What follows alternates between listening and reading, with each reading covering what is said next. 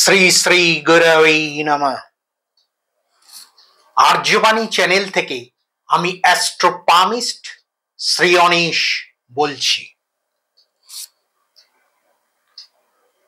আজকে 6 জুলাই শেষ হতে চলল, আর মধ্যখানে মাত্র কয়েকটা দিন, তারপরই আসছে 13 জুলাই। 13 জুলাই কি হবে না, 13 জুলাই শনি মহারাজ বক্রী হবেন। শনি বসে আছেন মীন রাশিতে, সেই শনি মহারাজ বক্রী হবেন 13 জুলাই। কবে পর্যন্ত বক্রী থাকবেন তিনি না 28 নভেম্বর পর্যন্ত। 13 জুলাই থেকে 28 নভেম্বর পর্যন্ত শনি মহারাজ বক্রী থাকবেন। এই সময়কালে শনি মহারাজ যখন বক্রী থাকেন তখন আমাদের কতকগুলো দিকে খুব সাবধানে থাকতে হয়। এক, এই সময়কালে অলসতা পুরোপুরি ত্যাগ করতে হবে, মানে আলস্য পুরোপুরি ত্যাগ করতে হবে এই সময়কালের মধ্যে। কেননা আলস্য আমাদের জীবন থেকে এই সময় অনেক ভালো কিছু কেড়ে নিতে পারে। এটা সব রাশির জন্য প্রযোজ্য।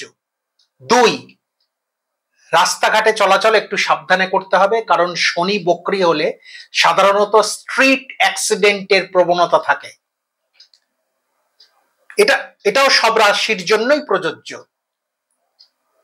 কিন্তু বিশেষ 3টি রাশির জন্য বিশেষ কিছু সতর্কতা গ্রহণীয়। 3টে রাশির জন্য বিশেষত। কোন কোন রাশি না, একটা হলো মীন রাশি, অর্থাৎ যেখানে শনি বক্রী হবেন সেই মীন রাশি। মীন রাশির জাতক জাতিকাদের যেহেতু তাদের মস্তকের উপরই শনি বিরাজমান, তাই মীন রাশির জাতক জাতিকাকে শারীরিক দিক থেকে অনেক সতর্ক থাকতে হবে। শরীরের ব্যাপারে উদাসীন হলে চলবে না। এই ফেজটায় কোনোভাবে উদাসীন হলে চলবে না, অত্যন্ত সতর্ক থাকতে হবে। ছোটখাটো কিছু হলেও কিন্তু ডাক্তার দেখাতে হবে, টেস্ট করাতে হবে, রুটিন চেক আপ করাতে হবে। এগুলো হলো মীন রাশির জন্য, মানে হেলথ ইস্যুটা প্রায়োরিটি দিতে হবে মীন রাশির জাতক এবং জাতিকাকে। পরবর্তী আসছে সিংহ রাশি। সিংহ রাশির কিন্তু এমনিতেই ঢাইয়া চলছে। সিংহ রাশির জাতক জাতিকা যারা, তারা জানেন যে তাদের এমনিতেই ঢাইয়া চলছে। তার মধ্যে মীন রাশির সাথে সিংহ রাশির যে রিলেশনটা, সেটা হলো ষষ্ঠক যোগ। মানে রাশি রাশির গ্রহের যেমন ষষ্ঠক হয়, রাশি রাশিরও ষষ্ঠক যোগ হয়। কিরকম না, এই সিংহ 1, 2, 3, 4, 5, 6, 7, 8, সিংহ থেকে মীন হলো অষ্টম রাশি। আবার মীন থেকে 1, 2, 3, 4, 5, 6 নম্বর রাশি হলো সিংহ। মীন থেকে সিংহ রাশিতে এমনি ঢাইয়া চলছে, তার মধ্যে শনি মহারাজ বক্রী হচ্ছেন। ফলে সিংহ রাশির জাতক জাতিকারা যারা, তাদের সাডেন হেলথ ইস্যু ক্রিয়েট করতে পারে। সাডেন হেলথ ইস্যু যে কোনো ধরনের প্রবলেম ক্রিয়েট করতে পারে। সেটা কর্মক্ষেত্রে হতে পারে, সেটা সামাজিক ক্ষেত্রে হতে পারে।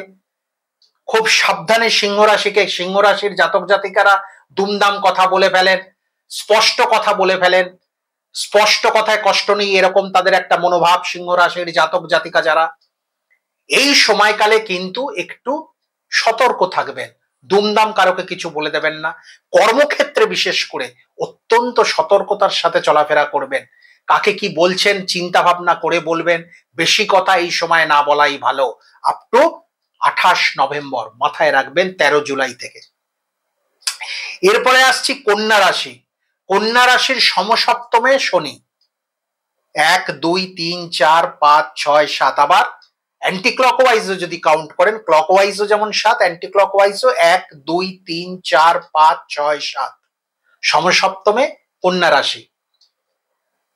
এবার সমসপ্তমে হলে যেটা হয়, শনি সমসপ্তমের দৃষ্টি যেটা হয়, সেটা হলো শনি কিন্তু এই সময়টায়, এই 13 জুলাই থেকে 28 নভেম্বর আপনাদের পার্টনার, আপনাদের স্পাউস, তাদের সাথে কিন্তু একটু সাবধানে ডিলিং করবেন। অপ্রাসঙ্গিক কথা বলবেন না, অযাচিত কথা বলবেন না, এবং যেটা বলবেন অনেক চিন্তা ভাবনা করে বলবেন। কেননা এই সময়কালে কিন্তু পার্টনারের সাথে বা স্পাউসের সাথে ভুল বোঝাবুঝি হতে পারে। শনি বক্রী থাকলে ভুল বোঝাবুঝিটা খুব স্বাভাবিক ভুল বোঝাবুঝিটা, এটা মাথায় রাখবেন। সিংহ রাশির জাতক জাতিকাদের আর একটাও বলার, যেহেতু শনির ঢাইয়া চলছে, সেটা হলো যে রাস্তাঘাটে চলাচল তো সাবধানে করবেনই, যে কোনো ধরনের প্রতিবন্ধকতা দেখা দিতে পারে, মাথা ঠান্ডা রেখে এগোবেন। কিন্তু যে কোনো ধরনের প্রতিবন্ধকতা দেখা দিতে পারে, মাথা ঠান্ডা রেখে এগোবেন, মাথা একদম গরম করবেন না। এটা সিংহ রাশির জাতক জাতিকাদের বিশেষভাবে সতর্ক করা হচ্ছে। মূলত এই তিনটে রাশি সাবধানে থাকবেন। এবাদে শনি সাড়ে সাথীতে এখানে মেষ রাশি এবং এখানে কুম্ভ রাশি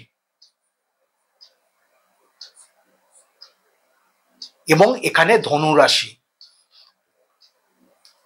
কেননা ধনু রাশিরও কিন্তু এখন ঢাইয়া চলছে, আর কুম্ভ রাশির সাড়ে সাথী চলছে, মীন রাশির সাড়ে সাথী চলছে, মেষ রাশির সাড়ে সাথী চলছে। তাই আপনারাও কিন্তু খুব সতর্কতার সাথে এই সময়কালটা পার করবেন, খুব সতর্কতার সাথে। সবাই খুব খুব ভালো থাকবেন। গুরু কৃপাহি কেবলম।